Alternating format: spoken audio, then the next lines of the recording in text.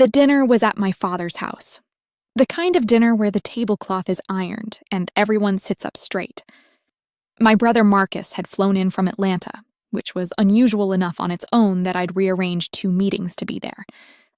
My father tapped his glass and stood up, the way he always did when he had something he'd already decided.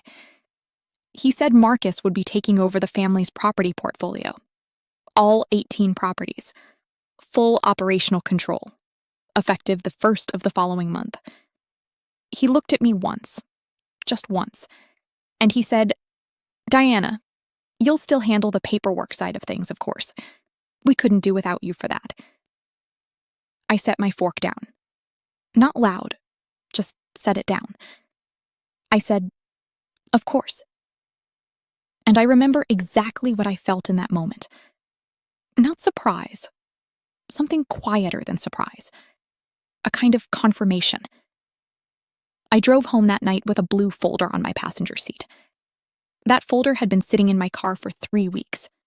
I'd brought it to every family gathering for a month, waiting for the right moment to show my father what I'd actually been managing, what was holding his entire portfolio together. I'd never taken it out of the bag. I put it on my kitchen table when I got home, and I looked at it for a long time. Then I opened my laptop and started drafting something I should have written 2 years earlier. My name is Diana Reeves. I'm 36 years old. I spent 9 years managing my family's commercial real estate portfolio from the inside. I was their compliance officer, their licensed property manager, their crisis handler, their fixer. I did all of it quietly because I believed in the work, and because I loved my father, and because I thought eventually it would matter that I was there. It took me a long time to understand that some people only value what you provide, not who you are while you're providing it. If you're watching from somewhere and you have ever been the person keeping everything running while someone else gets the title, drop the word quiet in the comments. You'll understand this story completely. Let me tell you where this started. Not with that dinner, not with Marcus. It started 22 years ago in a small property management office my father ran out of a converted garage behind our house in Kannapolis, North Carolina. My father, Gerald Reeves, had built something real from very little. He'd started buying distressed properties in his late 30s, single-family rentals mostly, and by the time I was a teenager, he had 6 of them. He managed everything himself with a yellow legal pad and a shoebox of receipts. He was not a paperwork person. He was a relationship person, a handshake person. He knew everyone in every neighborhood where he owned property, and they knew him. What he didn't know was compliance law, fair housing regulations, maintenance documentation, insurance liability, lease structure. He didn't know any of it, and for a long time it didn't matter because the portfolio was small enough that problems stayed small too. I was 14 the first time I helped him with a legal letter. A tenant's attorney had sent something he didn't understand. He handed it to me at the kitchen table and asked me what it said. I read it once, then I read it again. I told him what the tenant was claiming and what documentation he would need to respond. I wasn't certain I was completely right. I'd just read enough around the house to have a sense of how these things worked. But I was close enough to right that the situation resolved cleanly. My father looked at me in a way he rarely did back then, like he actually saw me. He said, "You've got a good head for this stuff, Diana." That was the first time someone told me I was good at something that mattered to them. I was 14 years old, and I held on to it far longer than I should have. My brother Marcus is 5 years older than me. When I was doing that first lease review at the kitchen table, Marcus was 19 and playing in a regional basketball league outside Charlotte. Marcus had always been the one my father talked about at family gatherings. His game statistics, his height, the way he commanded a room just by walking into it. My father attended every game he could reach. He had a photograph of Marcus mid-jump shot framed on the living room mantel. It was there for years. I don't say any of that bitterly. Marcus was genuinely talented, and my father's pride in him was genuine too. I understood it then, and I understand it now. But I noticed, even at 14, that when Marcus talked about basketball, my father leaned forward. His whole body turned toward the conversation. When I talked about my grades or anything I was working on, my father nodded and said, "That's good, sweetheart," and found his way back to Marcus within a minute or two. It was a small thing. Families have patterns. Some patterns establish themselves so early that by the time you're old enough to name them, they've already become the shape of your life. I learned not to expect the lean forward from my father. I learned to find my own reasons to keep working. After high school, I went to the University of North Carolina on a partial academic scholarship and studied business administration with a concentration in real estate. My father didn't come to orientation. Marcus had a playoff game that weekend. I understood. I took the bus and found my own dorm room and started. During my 4 years there, I worked part-time at a property management firm in Chapel Hill called Clearwater Associates. I started answering phones and filing. By my junior year, I was assisting with lease compliance reviews and tenant dispute documentation. By senior year, I was the person the senior associates called when they needed something done precisely and without drama. I received my property manager license the same month I graduated. I passed my first commercial compliance certification that summer. I was 22 years old with real credentials and 2 solid offers from firms in Charlotte. I took neither of them. My father called me 2 weeks after graduation. One of his properties, a 12-unit apartment building he'd recently acquired in Concord, had failed a city housing inspection. He had 60 days to resolve 14 code violations or face escalating fines. He didn't fully understand the inspection report. He asked if I could come take a look. I told him I would come for the summer. Just the summer. I would help him get through the compliance issues and then take one of the Charlotte offers and start building my own career. I want to be clear about something. I made that choice. No one forced me to stay. No one held my hand and told me I had to do this. But I also want to be clear about what I was told when I sat down with my father that first week. He sat me down at the same kitchen table where I had read the tenant letter at 14, and he told me the portfolio was growing faster than he could manage alone. He had 12 properties now. He was looking at 2 more acquisitions. He said he needed someone he trusted absolutely to help him build this the right way. He said, "This is going to be yours someday, Diana. Yours and Marcus's. I want it to be something worth having when the time comes." He looked at me the way he had when I was 14. I stayed. I want to be honest about what staying meant in those first years.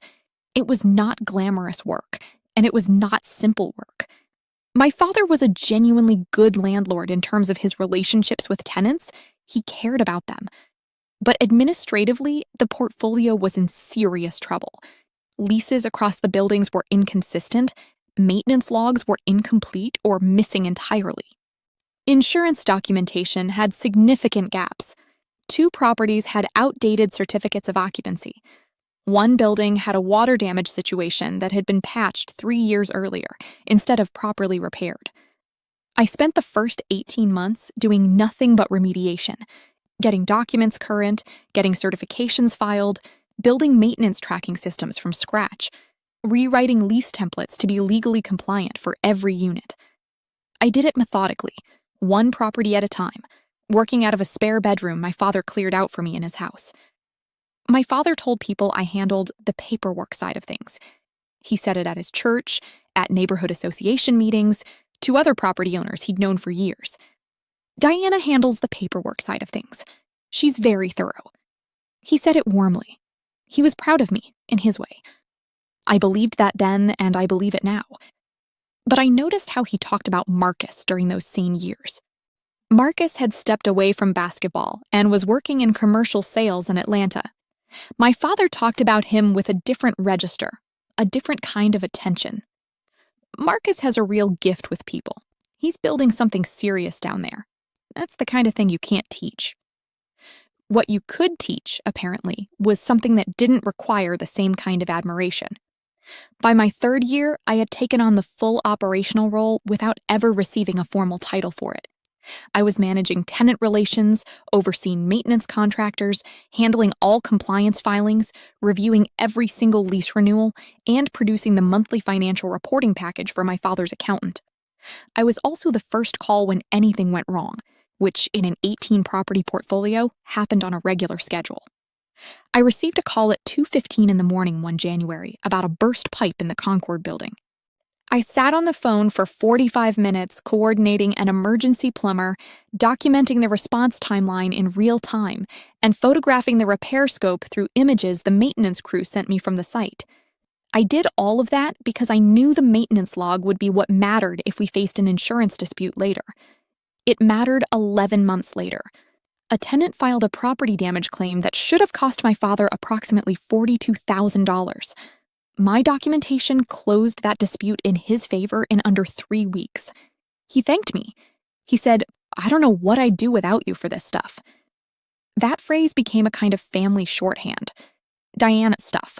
Diana's department. Ask Diana. She keeps track of all of that.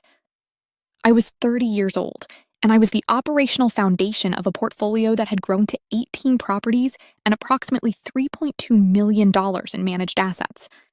My name was on every compliance filing. My license number appeared on the management agreements for 11 of the residential properties. My professional credentials were embedded in the documentation trail of every single building we managed. My father's name was on the deeds. Marcus's name came up in every conversation about the future. My name was on the liability. Marcus visited twice a year, Christmas and late summer usually. He and my father would sit at the kitchen table and talk about the market, about acquisition opportunities, about which neighborhoods were shifting and what that meant for the portfolio's long-term position. These were real conversations. Marcus had good instincts about people, and he could read a room in ways I respected. At those same tables, I was usually the one bringing in the folders, the updated maintenance flags, the compliance review summary for the quarter, the flagged lease renewals that needed attention. I'd set them down and walk through the items that required decisions. Then I'd sit back while my father and Marcus talked about the bigger picture. No one asked me what I thought the bigger picture should look like. That isn't completely true. Once, in the spring of my 6th year, I raised the question of a structured partnership agreement, something that would formalize my operational role, attach real equity to the contribution I was making, and create a clear succession path in writing. I had done the research. I had a draft document ready. My father read the first page and set it down. He said, "Diana, we're family. We don't need documents between us for something like this." Marcus reached across the table and poured himself more water. "She worries too much. That's Diana." He said it warmly, like it was a compliment. I took the document home. I put it in the blue folder. I went back to work the next morning as if the conversation had never happened. That folder held 9 years of things I had prepared that no one had ever asked to see. The night of that dinner, when my father made his announcement and looked at me once and said I would still handle the paperwork side, of course, I drove home with that folder on the passenger seat. I put it on my kitchen table. I looked at it for a long time. And then I began to write the formal withdrawal notice that would end my 9 years of invisible work and start the process of letting the system they'd relied on collapse quietly and completely under its own weight. I want to explain what I actually did in plain language because I think it matters that you understand it clearly before I tell you what happened when I stopped. When most people hear the phrase property management, they picture someone collecting rent checks and calling plumbers. That's a part of it, the visible part, the part my father described at church gatherings. But what I was doing was something different and something significantly more exposed, legally and professionally. A licensed property manager of record is not just an administrative role. In North Carolina, the manager of record carries direct legal responsibility for the compliance status of every building attached to their license. That means if a building fails a safety inspection, if a lease contains a provision that violates state housing law, if a tenant files a fair housing complaint, if maintenance records are inadequate during a liability dispute, the manager of record is the professional who answers for it, not just in conversation, in writing, to regulatory bodies, potentially in court. My name was the manager of record on 11 of the 18 properties in my father's portfolio. My license number appeared on every compliance filing we submitted to Cabarrus and Mecklenburg counties over a 9-year period. That is not a small thing. That is a professional standing on a public document and saying, I am responsible for what happens here. My father understood this in the way that someone understands something they've been told, but never fully felt the weight of. He knew my name was on things. He knew the license mattered. But the specific gravity of what that meant, the fact that my professional reputation and my ability to work in this field at all was attached to every decision made in that portfolio, I don't think he thought about it deeply. It was the paperwork side. Diana handled it. It was fine because Diana was thorough. Let me walk you through what a single quarter of that work actually looked like. Every 3 months, I produced a full compliance review for each property. That review covered open maintenance items and their documentation status, lease expiration schedules and renewal flags, insurance certificate currency, any pending municipal inspection requirements, tenant correspondence that carried legal weight, and a summary of any incidents that had been logged and how they'd been handled. 18 properties, 18 reviews, produced by me, formatted by me, filed by me. In addition to the quarterly reviews, I managed ongoing correspondence with 3 different county housing authorities, 2 insurance carriers, 1 commercial lender on a refinanced building, and a rotating roster of maintenance contractors. I maintained a contractor qualification file, meaning I tracked their licenses, their insurance certificates, and their compliance with the terms of our service agreements. If a contractor's general liability insurance lapsed and they caused damage on one of our properties while uninsured, that exposure fell to us. I renewed that file twice a year without being asked. I also managed every tenant dispute that reached a written stage. In 9 years, we had 23 disputes that required formal written response. I handled every single one. 12 resolved without escalation. 7 escalated to mediation, and I prepared the documentation packages for all 7. 4 resulted in legal filings, and I worked directly with the family's attorney on each of those, producing the evidence files and the timeline documentation that the attorney used to build the response. The attorney, a property law specialist named Raymond Chu, once told my father that our documentation practices were among the best he had seen from a private portfolio of our size. He said it during a meeting. My father thanked him and said, "Diana keeps us organized." Raymond looked at me and said, "She does considerably more than that." My father nodded. The conversation moved on. There were 2 moments during those 9 years that I think illustrate the exploitation pattern more clearly than anything else I could describe. The first was in my 4th year. My father had been approached about acquiring a small mixed-use building in a transitional neighborhood near downtown Concord. 4 residential units on the upper floors and 2 commercial ground floor spaces. He was excited about it. He'd had coffee with the seller twice and felt good about the relationship. He called me and asked me to look it over. I spent 2 weeks on that building. I pulled its full inspection history from the county records. I reviewed the existing tenant leases, all 6 of them, and found that 3 of the commercial leases had automatic renewal clauses that had already triggered, meaning the new owner would be inheriting tenancy terms they hadn't negotiated. I found an open code violation from 18 months earlier that had been marked resolved, but for which there was no documentation of the actual repair. And I found that the building's certificate of occupancy had a use classification that didn't match the current tenant operations in one of the commercial spaces, which created a zoning compliance exposure. I wrote a 12-page due diligence memo. I outlined every issue, what it would cost to resolve, what the legal exposure was if it wasn't resolved, and what a reasonable adjusted offer price should look like given the true condition of the asset. My father read it. He called Marcus and read him parts of it over the phone. Then he called me and said, "Diana, this is very thorough. I'm going to talk to the seller about adjusting the price." He got $47,000 off the purchase price based on the issues I documented. He closed on the building 6 weeks later. At the closing dinner at his house, he told the story of the negotiation. He talked about spotting the problems and pushing back on the seller and knowing when to walk away and when to press. He talked about his instincts and his experience. I was at the table. I had made the green bean casserole. Nobody mentioned the memo. I told myself it didn't matter. The work was what mattered. The portfolio was better for it. That was enough.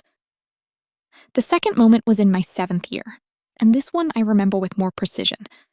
Marcus had started spending more time in Charlotte by then. He'd transitioned out of Atlanta sales and was talking with my father about eventually joining the business. My father was clearly pleased about this. Their conversations at the kitchen table became longer.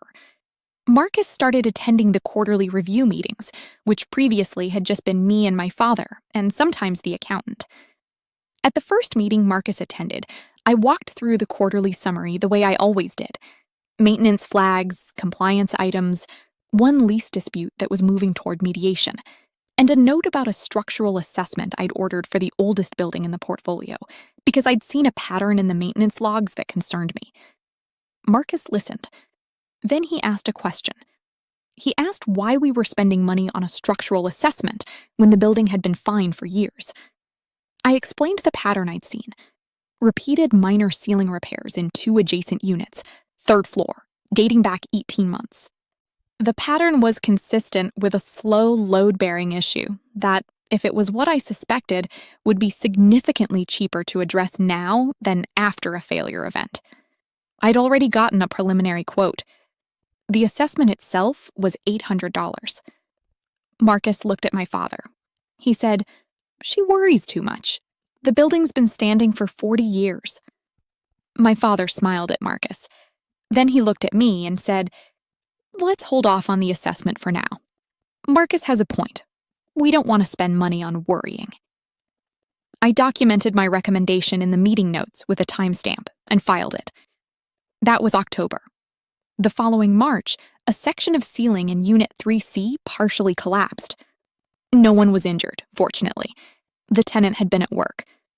The structural engineer we brought in on an emergency basis confirmed the load-bearing issue I had flagged in October.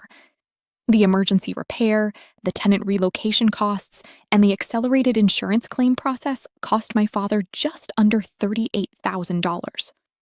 He never mentioned the October meeting. He never said anything to me about it directly. He thanked me for handling the emergency response and said I'd done a great job keeping it from becoming worse. Marcus said, "Crazy how these old buildings can surprise you." I wrote the repair documentation. I updated the maintenance log. I filed the insurance claim. I went home and added the October meeting notes and the March repair report to the blue folder. That folder was getting heavy by then. What I haven't described yet is the way the family talked about me in settings I wasn't supposed to notice. My father's sister, my Aunt Patricia, hosted a birthday lunch for my father every year. I attended every year. I was the one who usually brought the organized gift, remembered what he'd mentioned wanting, made sure the card got signed. At the lunch in my 6th year, I arrived a few minutes late because I had been on a call with a tenant's attorney that had run long. I came in while my father was talking to 2 of his longtime friends about the portfolio. I heard him say, "Marcus is really stepping up now. He's got the relationship side, the vision side. That's what builds something real. Diana does the detailed work, keeps the back office running. She's always been the careful one." One of his friends nodded and said, "You've got a good team." My father said, "Marcus is the heart of it. Diana keeps the engine running." The heart of it, and the engine. I sat down at the table and passed the bread basket and smiled when someone made a joke. That was 6 months before I prepared the formal withdrawal notice.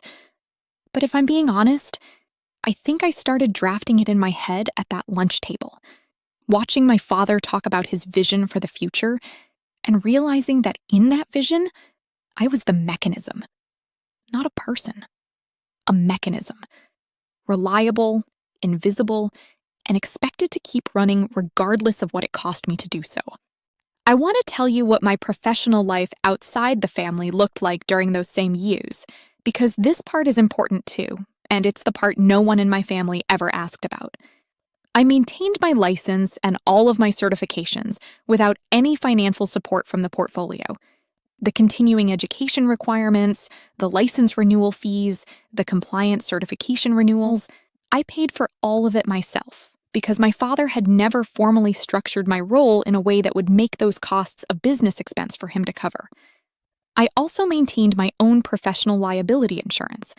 Because my name was on those 11 management agreements, I was personally exposed if a dispute went sideways in a way that implicated my conduct as manager of record. I paid $2,200 a year for that coverage.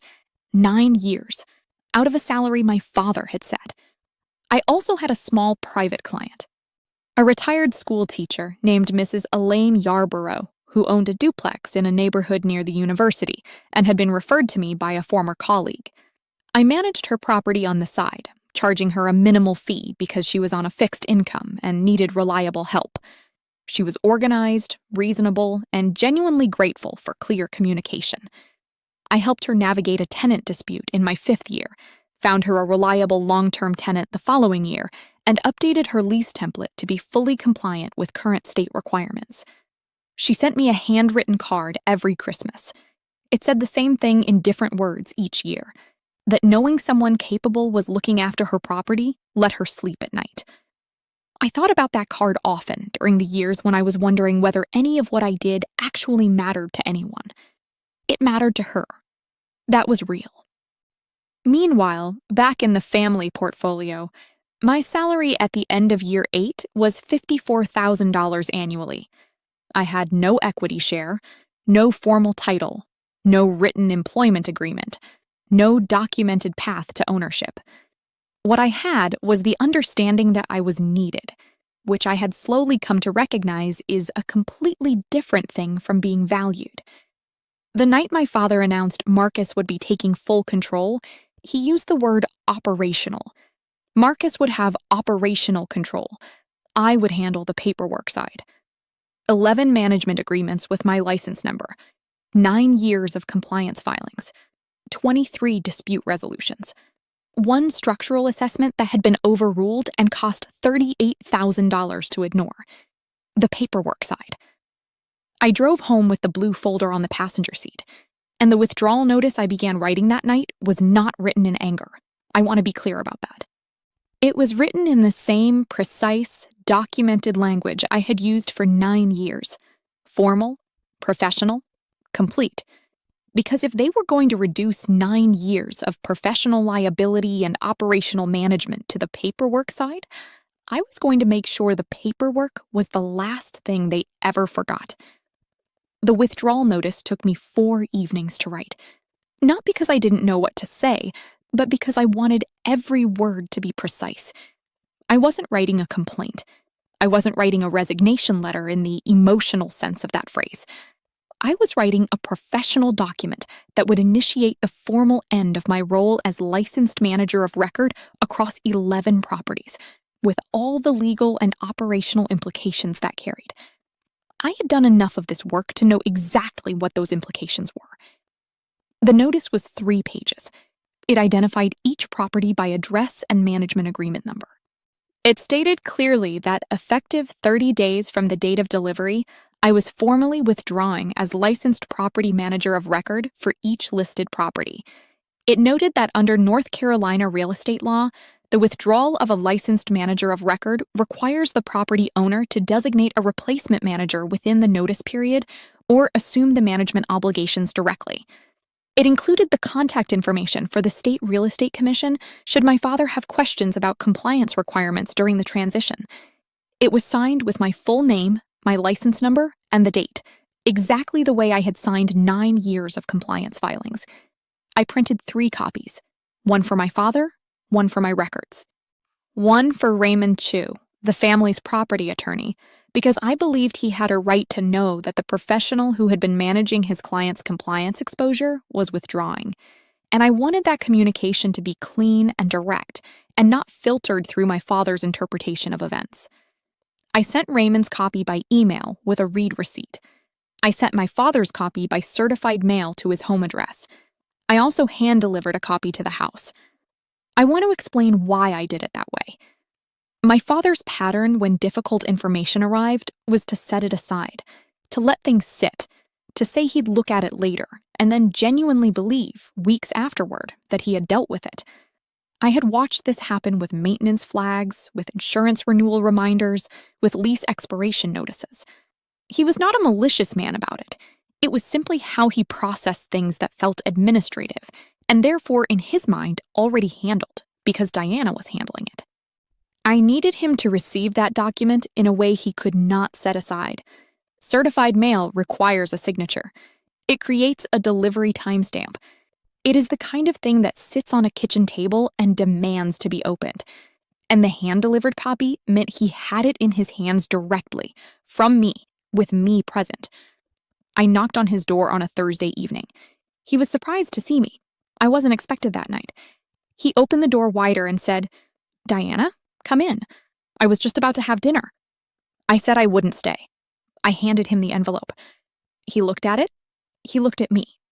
I said, "This is my formal withdrawal as licensed manager of record for the 11 properties currently listed under my license. You'll have 30 days to designate a replacement or contact the commission about your options. I've also sent a copy to Raymond." My father's face went through several things quickly. Confusion first, then something that looked almost like he expected me to say I was joking. Then a kind of stillness. He said, "Diana, what is this about?" I said, "It's a professional notice, Dad. It explains everything clearly." He said, "Is this about the dinner? About what I said about Marcus?" I said, "It's a professional notice. Everything you need to know is in the document." He started to say something else. I could see him reaching for the version of this conversation where I was overreacting, where I was being too sensitive, where we could sit down over dinner and talk it through, and I'd come back around the way I always had. I said, "I hope the transition goes smoothly. Good night." I walked back to my car. I drove home. I sat in my kitchen for a long time that night. I am not going to tell you I didn't feel anything. I felt quite a lot. I had just handed my father a document that would change the operation of something he'd spent 20 years building, and I had done it because he had spent 9 years treating the foundation of that thing as a background function rather than a person. I felt the weight of it. I also felt, underneath the weight, something I hadn't felt in a very long time, a kind of clarity. The kind that comes when you stop waiting for something and start moving instead. The next morning, I began the second phase of the withdrawal. Over the following 2 weeks, I systematically removed my name from every operational function I had built and maintained. I did this methodically, the same way I had built those systems in the first place. Not chaotically, not in a way designed to cause immediate damage, but completely, and in a way that left no ambiguity about what my withdrawal meant. I notified each of the 3 county housing authorities that I was no longer the contact of record for the listed properties, and that all future correspondence should be directed to the property owner directly, with his address listed. I sent those notifications in writing, with copies filed in my records. I notified the 2 insurance carriers that I was no longer the operational contact, and that any coverage questions or renewal communications should go to my father. Insurance carriers take these notifications seriously because the operational contact is the person who manages claims. Both carriers sent acknowledgement letters. I kept copies of both. I notified the commercial lender on the refinanced property that I was withdrawing from any operational role. That one required a phone call first, then written confirmation, because the lender's loan documents referenced my role in the operational management of the collateral property. The loan officer, a methodical woman named Sandra, asked me to confirm in writing that I understood the borrower would need to designate a replacement contact. I confirmed it in writing. I documented the call. I contacted every maintenance contractor in the qualification file and let them know that going forward, they should direct all communication to my father. A few of them called me back, not to argue, but because they were confused.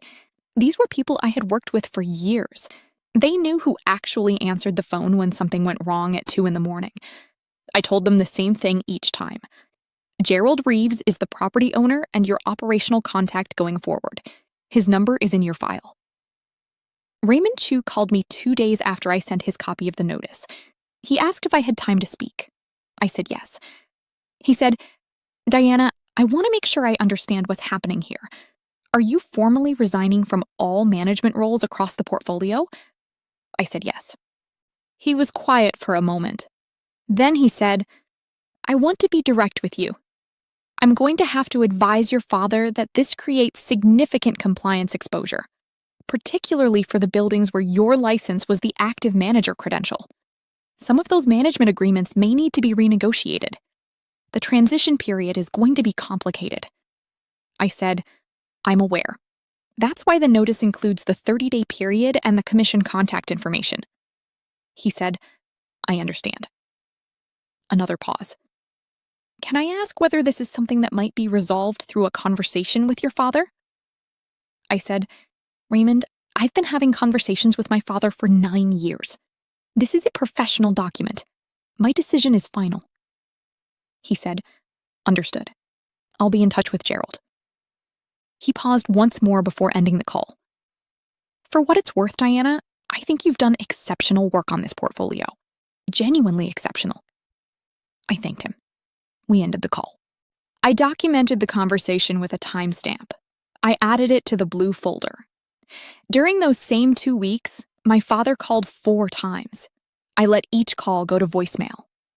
His first message was calm. He said we should talk, that he thought there had been a misunderstanding, that he didn't realize the dinner announcement had affected me this way. His second message was slightly less calm.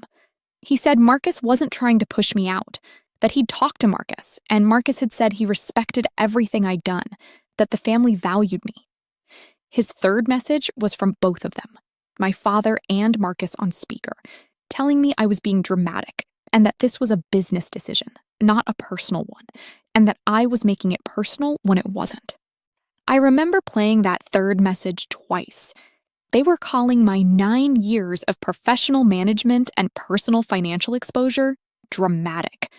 They were calling my formal written withdrawal, executed with complete legal compliance and 30 days professional notice, dramatic. I added that voicemail to the blue folder, too. I had started keeping a written log of all calls and messages with timestamps. Marcus texted me once during that period. The message said, "Diana, come on. Dad needs you. Don't make this bigger than it is." I read it once. I didn't respond. My father's fourth voicemail, left on a Sunday evening, was different in tone from the others. He sounded tired.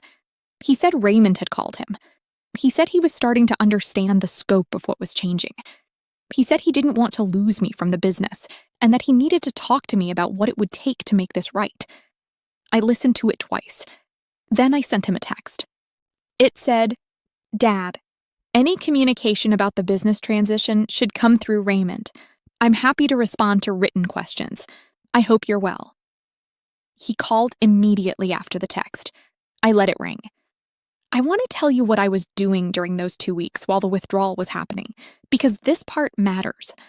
I had a meeting with a woman named Carol Tram. Carol ran a small nonprofit called Steady Ground that helped elderly homeowners in distressed financial situations navigate housing complexity.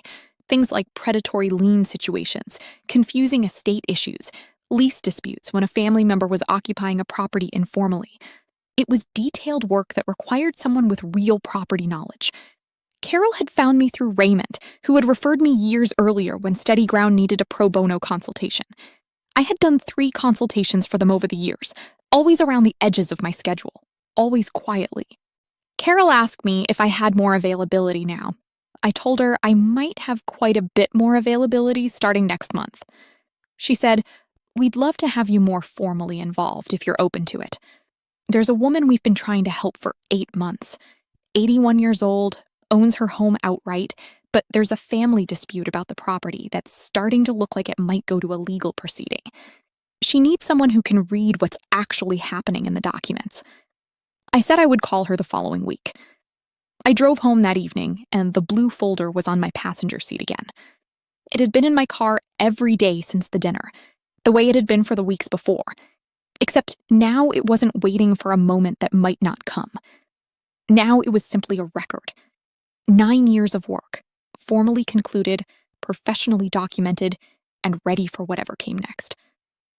My father had 30 days. The clock was running. And the system he had never fully seen was about to make itself visible in the only way it ever could, by stopping.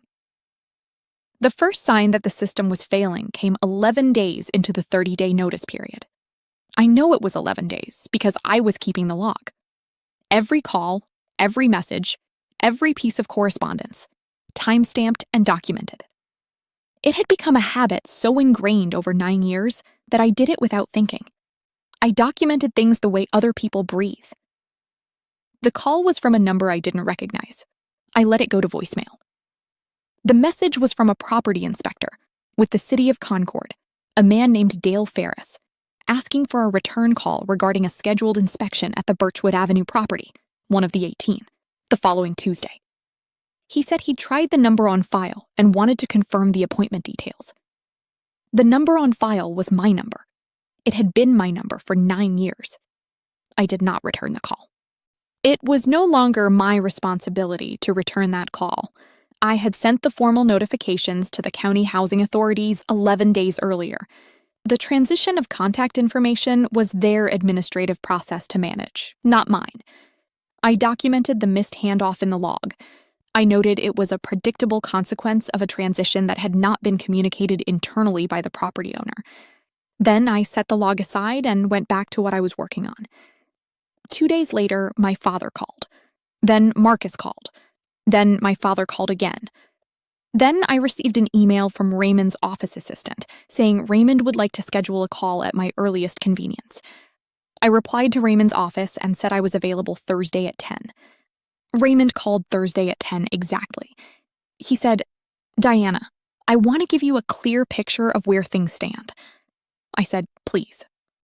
He said the Birchwood Avenue inspection had not been confirmed because no one at the property owner level had understood there was a scheduled inspection. The inspector had left 2 additional messages and was now flagging the property as unresponsive. In addition, one of the insurance carriers had sent a renewal notice for the commercial building on Hargrove Street and had received no response to their request for updated operational information. The carrier had sent a second notice, indicating that if no response was received within 15 days, the policy would be placed under review. He paused. Then he said, "There are also 3 maintenance contractors who have been trying to reach someone for work authorizations on open projects. 2 of those projects were flagged in your last quarterly review as time-sensitive." I said, "I flagged them in the quarterly review." He said, "I understand." I said, "Raymond, all of that information was current when I submitted my last documentation package. The transition of contact responsibility was part of my formal notice. Did my father not communicate the transition to the relevant parties?" A pause. He said, "I don't believe he fully understood the scope of what needed to be communicated." I said, "I see." He said, "Diana, I want to ask you something directly, and I want you to know I'm asking as someone who has worked with this family for 6 years and respects your professionalism considerably." I said, "Go ahead." He said, "Is your name still being used in any active capacity on these properties? Any of the management agreements, any correspondence, any representations being made to contractors or county offices that would indicate you're still in an operational role?" The question landed the way I had expected it might land. I said, "That's a very important question, Raymond. Why are you asking it?" A silence. Not a long one, but the kind that carries more information than words. He said, "I received a call yesterday from one of the county housing contacts. She was following up on a compliance filing that had come through with your name attached. It was dated after your withdrawal notice." I said, "What was the date on that filing?" He told me. It was 9 days after my withdrawal notice. 9 days after I had formally removed my name and license from all operational responsibilities. I said, "Raymond, I did not submit that filing." Another silence. He said, "I understand. I wanted to confirm that directly with you." I said, "I need you to pull that filing and identify who submitted it. My license number on any document submitted after the date of my formal withdrawal is a compliance violation. If my name was used without my authorization, that is a significantly more serious matter than a transition management issue. I could hear him writing. He said, "I'll look into it today." I said, "Please document that this conversation occurred and that I formally flagged this concern. Timestamp it." He said he would. He asked if there was anything else. I said, "Tell my father I'm available to meet next week if he wants to discuss the situation. The meeting needs to be at a neutral location, and I'd like you present." Raymond said he'd pass that along. I ended the call. I sat for a moment. Then I updated the log. The filing with my name on it was not a mystery to me in terms of how it had happened. I had trained my father on those county filing portals years earlier. He had my account credentials saved in the shared document system I had built for the portfolio operations. He hadn't created a new account or figured out a new system. He had simply used mine, the way he had always used the systems I built, without fully thinking about what that meant. He had not done it with intent to deceive, in the way that phrase implies planning.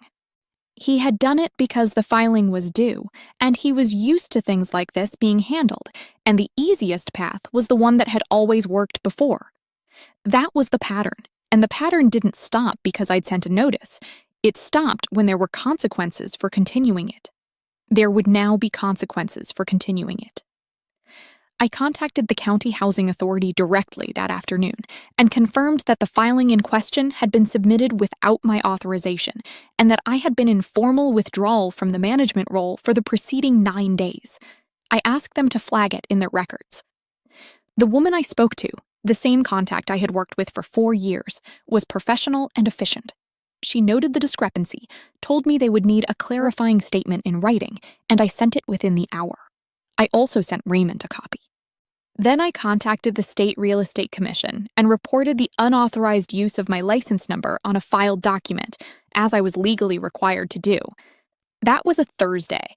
By the following Monday, I had received 14 calls from my father, 6 from Marcus, 2 from my Aunt Patricia, who had never called me about anything business-related in her life, and 1 from a number that turned out to be a contractor named Phil Garrity, who had done work on the portfolio for 6 years and was owed $3,400 for a completed project that had not been approved for payment because no one was responding to his invoices. I called Phil back. I told him I was no longer in an operational role with the portfolio and that he should contact the property owner directly. I gave him my father's number. I also told him that if he had a signed work authorization for the completed project, which he did, he had the documentation he needed to pursue payment through appropriate channels if necessary. Phil said, "Diana, what happened over there?" I said, "There's been a management transition. You'll want to connect directly with Gerald." He said, "Okay." Then, "For what it's worth, you were always the one who made sure things actually got paid." I thanked him and ended the call. I documented it in the log. My father's church held an annual community appreciation dinner every year in the second week of November. My father had attended every year for over a decade. He was on the planning committee. He knew everyone in that room. It was the kind of event where he was comfortable and recognized and treated with the warmth that comes from years of genuine community involvement. He usually spoke briefly. He talked about the portfolio, about what the family was building, about his vision for the neighborhood. I had attended that dinner every year for 9 years. That year, I attended again. I want to be clear about why. I did not go to that dinner to cause a scene. I did not go to embarrass my father or perform something for an audience. I went because I had been part of that community through the work I'd done, and because I had received a call earlier that week from Mrs. Elaine Yarborough, my private client, who was also a longtime church member and who had mentioned she planned to attend and hoped she'd see me there. I had told her I would come. I wore the same dark blazer I wore to compliance meetings. I brought the blue folder in my bag because at that point it went most places with me. My father saw me from across the room when I arrived.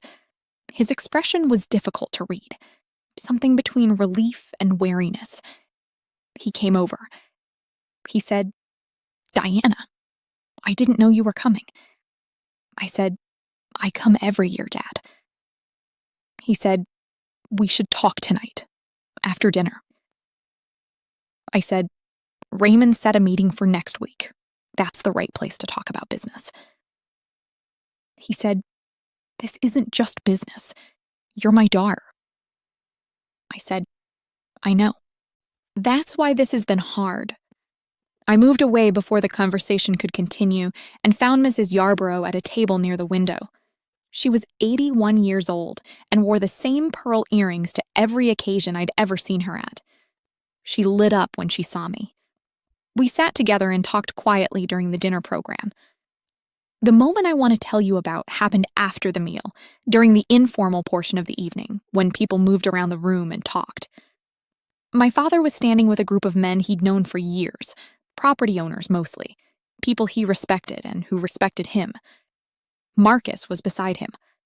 Marcus had driven up from Charlotte for the event, which told me he understood something was happening that required his presence. I crossed the room and stood at the edge of the group.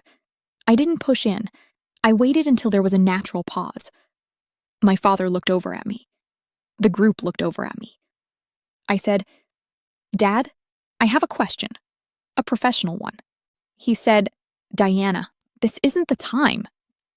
One of the men in the group, a property owner named Walter, who had known my father for 20 years, and who I had spoken with at this dinner many times before, looked at me and said, "Diana, it's good to see you. How are things going with the portfolio?" I said, "That's actually what I wanted to ask about. Dad, who filed the compliance report for the Birchwood Avenue property on the 14th? My father's jaw tightened. Marcus said, "Diana, come on." I said, "I'm asking because my name was on that filing, my license number, 9 days after I formally withdrew from that role. I reported it to the commission as required. I just want to understand how that happened." Walter looked at my father. Another man in the group, a careful, quiet man named Desmond, who I knew was himself a licensed broker, looked at Marcus. I said, "I'm not asking to cause a problem. I'm asking because if my license number is being used without my authorization, I need to know the full scope of it. That's not a family matter. That's a professional one." My father said, "We'll discuss this at the meeting next week." I said, "Of course. I just wanted to make sure everyone understood there is a meeting and that there are some documentation questions that need answers." I said it calmly, not loudly, the way I said everything. Desmond looked at my father and said, "Gerald, that's a serious thing. License use without authorization?" My father said, "It was a misunderstanding, an administrative error." Desmond nodded slowly, the way someone nods when they are being polite but are unconvinced. I said, "I appreciate that. I'll see you next week, Dad." I looked at Marcus. "Marcus." I nodded to the group and walked back toward Mrs. Yarborough's table. I did not raise my voice once. I did not accuse anyone of anything beyond what the documented facts already stated. I let the room hold what it had heard. Mrs. Yarborough was watching me as I sat back down. She said, "You're very calm." I said, "I've had a lot of practice." She patted my hand. She said, "Whatever's happening over there, you handled that right. I've watched a lot of people handle things wrong over the years. That was right." I thanked her. We finished our coffee and I drove her home because her nephew hadn't been able to pick her up. I walked her to her door and made sure her porch light was on. Then I drove home. The blue folder was on the passenger seat. The meeting with my father was in 4 days. The 30-day notice period had expired 2 days earlier. None of the 11 properties had a licensed manager of record. The system had not crashed dramatically. It had simply stopped being held together, the way a wall stops standing when you remove the supports that were never supposed to be invisible in the first place. The meeting was at Raymond's office. A conference room on the 4th floor of a building downtown. The kind of room with a long table and chairs that roll, and windows that look out over a street where normal things are happening to people who have no idea what's being discussed 14 floors up. Raymond sat at the head of the table. My father sat across from me. Marcus sat beside my father. I sat alone on my side.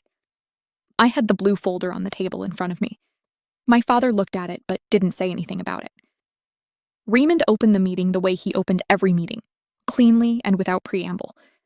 He said they were there to discuss the transition of management responsibilities and to address the concerns Diana had raised regarding the unauthorized use of her license number on a filed document.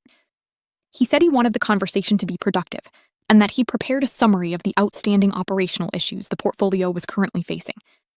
He slid a 2-page document across the table. I read it. It was a precise and sobering list. The Birchwood Avenue inspection had been rescheduled, but there was no qualified manager of record to receive the inspector. The Hargrove Street commercial building insurance policy had entered a review status due to non-response to the carrier's renewal inquiries. 3 open maintenance projects had stalled because contractors had not received work authorizations. 2 lease renewals that had been in my pipeline were now past their response window, which under the lease terms meant they had automatically converted to month-to-month arrangements, reducing the portfolio's rental income predictability. And Raymond had identified 2 additional compliance filings that were due within the next 21 days, for which there was currently no responsible manager of record. My father looked at the list and then looked at me. He said, "Diana, I want to apologize." I said, "Okay." He said, "I handled the announcement badly. I didn't think about how it would land. I should have talked to you first." I said, "Yes." Marcus shifted in his chair. He said, "Diana, nobody was trying to push you out. Dad wanted me more involved. That doesn't mean he wanted you gone." I said, "Marcus, what does operational control mean to you?" He said, "It means making the big decisions, direction, strategy." I said, "And who manages the compliance filings, the insurance renewals, the inspection schedules, the maintenance authorizations, the lease reviews, the contractor qualifications, the county correspondence, the tenant disputes?"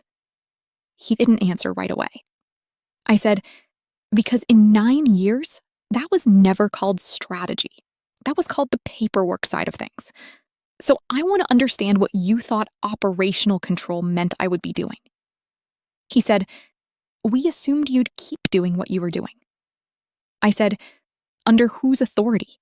With what title? At what compensation? With what equity stake? With what formal agreement?" He didn't answer. I opened the blue folder. I had organized it the night before into tabbed sections. I slid the first document across the table. It was the draft partnership agreement I had prepared in my 6th year, the one my father had set aside because we were family and didn't need documents between us.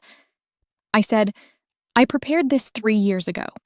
It proposed a formal operational role with a documented title, a compensation adjustment to market rate, and a 15% equity stake based on years of service.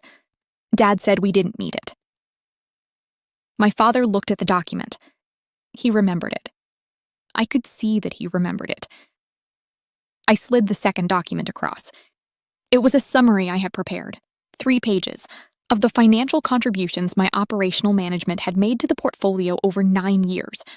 The due diligence memo that had saved $47,000 on the Concord acquisition. The insurance claim documentation that had saved $42,000. The structural assessment recommendation that had been overruled and cost $38,000 to ignore. 12 months of avoided compliance fines across various properties, estimated conservatively. A total figure at the bottom. It was a large number. I said, "That is a conservative estimate of the documented financial value my work produced for this portfolio over 9 years. It does not include the value of what didn't happen because the compliance systems were maintained correctly. That's harder to quantify, but it is real." Raymond was reading the document carefully. I slid the third document across. It was the State Real Estate Commission acknowledgement of my report regarding the unauthorized use of my license number. I said, "I was required by law to report this. Raymond knows that. The commission has opened a file. That file will remain open until the matter is resolved. Going forward, any use of my license number on any document, any representation to any county office or contractor or carrier that I am in an operational role will be treated as an ongoing violation. My father said, "Diana, I didn't understand what I was doing with that filing. I genuinely didn't." I said, "I know, Dad. That's actually the clearest summary of the last 9 years I've heard you give." A silence. Raymond looked down at his notepad. My father said, slowly, "What would it take for you to come back?" I said, "I'm not coming back." Marcus said, "Diana, be reasonable. The portfolio needs you. Dad needs you." I said, "Marcus, the portfolio needed a licensed manager of record, a compliance officer, an operations coordinator, and a full-time administrator. For 9 years, it got all 4 from one person, at a salary that was roughly half market rate, with no equity and no formal role. That arrangement is over."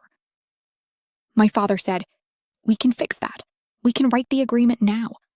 I'll give you the equity stake, whatever you need." I looked at him for a moment. I want to be honest about what I felt in that moment. It was not triumph. It was something closer to grief, the kind that arrives when you realize that the thing you wanted was available all along and was simply never offered until it became necessary as a rescue. I said, "Dad, I believe you mean that right now. I do. But I've heard versions of it will get better and we'll work it out, and I didn't realize. For 9 years, I can't rebuild something on the foundation of a crisis. That's not a foundation. That's just pressure." He said, "So that's it." I said, "I'll consult on the transition. I will not resume an operational role. I'll help Raymond identify a qualified replacement manager, and I will provide a complete handover of all documentation and systems to whoever takes over. I'll do that because the tenants in those buildings deserve continuity, and because my professional name is attached to those records, and I want the handover to be clean. But that's the extent of it." My father nodded. He looked older than I'd ever seen him look. Not broken, just smaller somehow, like the room had shifted. Marcus looked at me and said, "I hope you know this isn't what any of us wanted." I said, "I know. That's the part that took me the longest to understand. Nobody wanted it to be this way. It just was this way. For 9 years. Because I kept showing up and absorbing it, and nobody had a reason to look at it directly. Now there's a reason." I closed the blue folder. I said, "Raymond will coordinate the transition logistics. I'll respond to written requests within 2 business days." I stood up, thanked Raymond, and left. I did not slam the door. I pulled it closed behind me, gently, the way you close a door in a building where other people are working. The portfolio transition took 3 months. My father hired a licensed property management firm, a regional company called Piedmont Property Group, to take over the operational management of all 18 properties. Raymond coordinated the handover.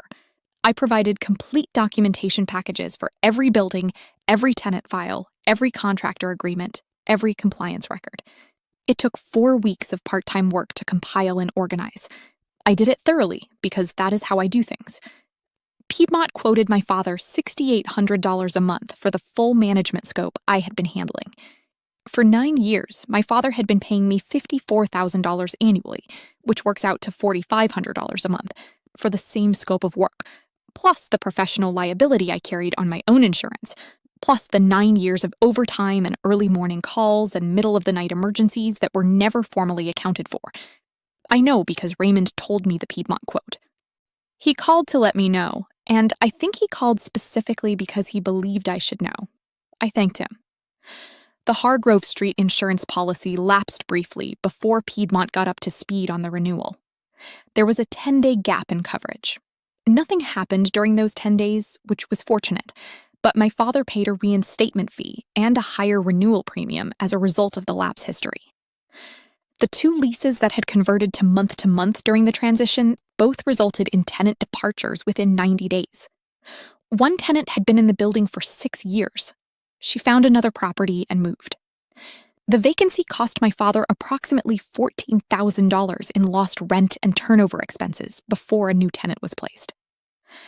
The Birchwood Avenue inspection occurred during the transition gap. The property received 2 minor citations that required resolution within 60 days. Both were issues I had flagged in my last quarterly review as items to watch. Piedmont handled them. It cost money and time that would not have been necessary if the transition had been planned rather than reactive.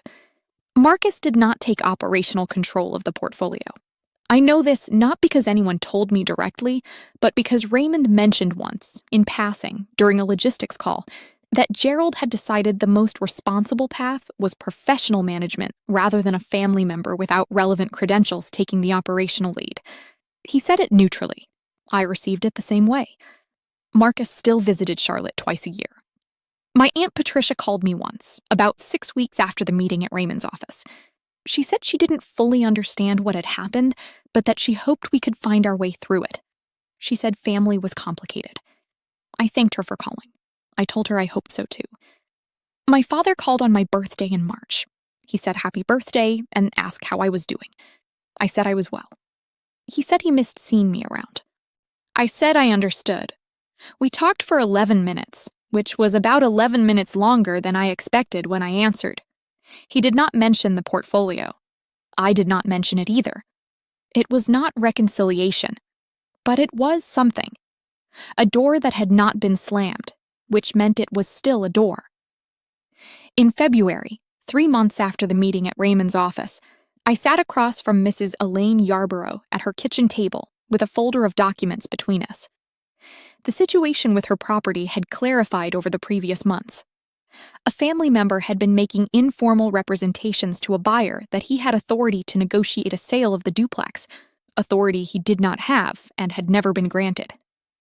The buyer's attorney had sent a letter to Mrs. Yarborough that she hadn't fully understood. The situation had the shape of something that could become a serious legal problem if it wasn't addressed with documentation and clarity. I had spent 2 months working on it through steady ground, pro bono, pulling the title records, reviewing the family member's claims, drafting a formal clarifying letter to the buyer's attorney, and preparing a simple written authority document that made Mrs. Yarborough's position and ownership unambiguous. I set the document in front of her and walked her through each page.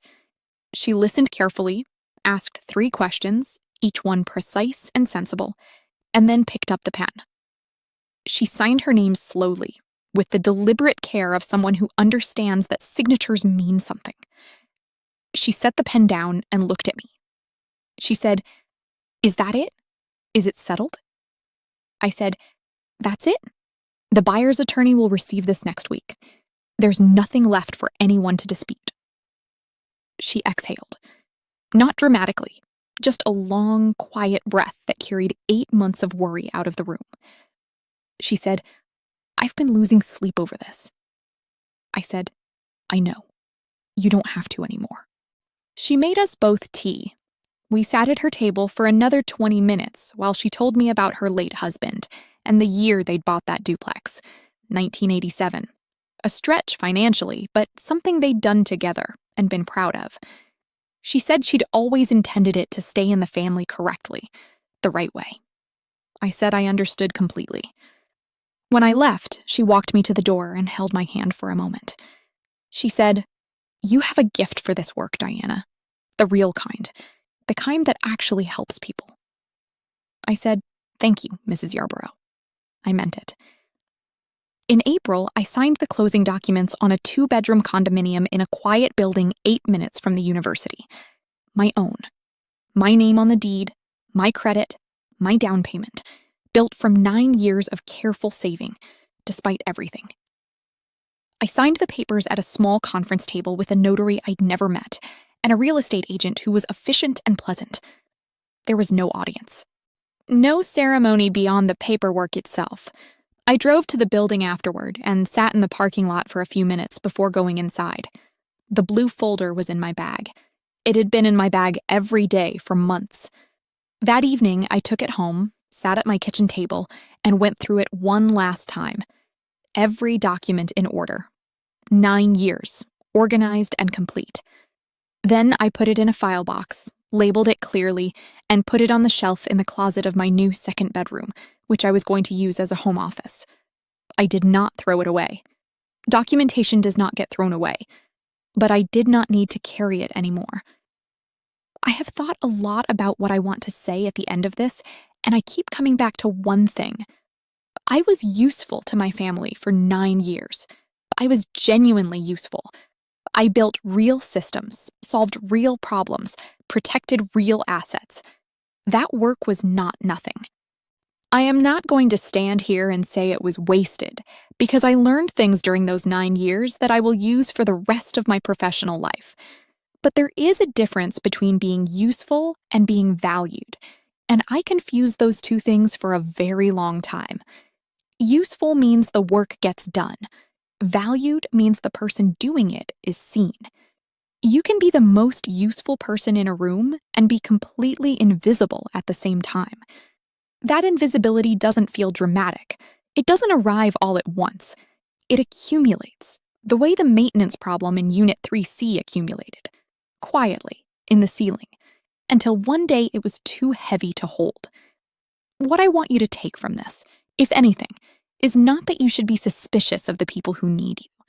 Most people who rely on us are not calculating. They are simply comfortable. Comfort has a way of becoming expectation. Expectation has a way of becoming entitlement. And entitlement, left unexamined, looks at 9 years of sacrifice and calls it the paperwork side of things. The answer is not to stop being capable. It is to stop absorbing the cost of other people's comfort without terms. Not with anger, not with ultimatums, with documentation and clarity and the quiet, steady knowledge of what your work is actually worth. I stopped protecting people from the consequences of decisions they had made. I did not create those consequences. I simply stopped being the buffer between them and reality. That is not revenge. That is just what happens when the support structure becomes visible by stepping back. If this story reached you today, I think it reached you for a reason. Leave a comment and tell me where you're watching from, and tell me one word that describes how you feel right now. I read every comment. If you've been the quiet one, the capable one, the one everyone calls when things go wrong and forgets when things go right, you know exactly what every part of this story felt like. And I want you to know something. Your work has always had value. The fact that someone else refused to see it never changed that. It just meant the lesson eventually had to be taught a different way.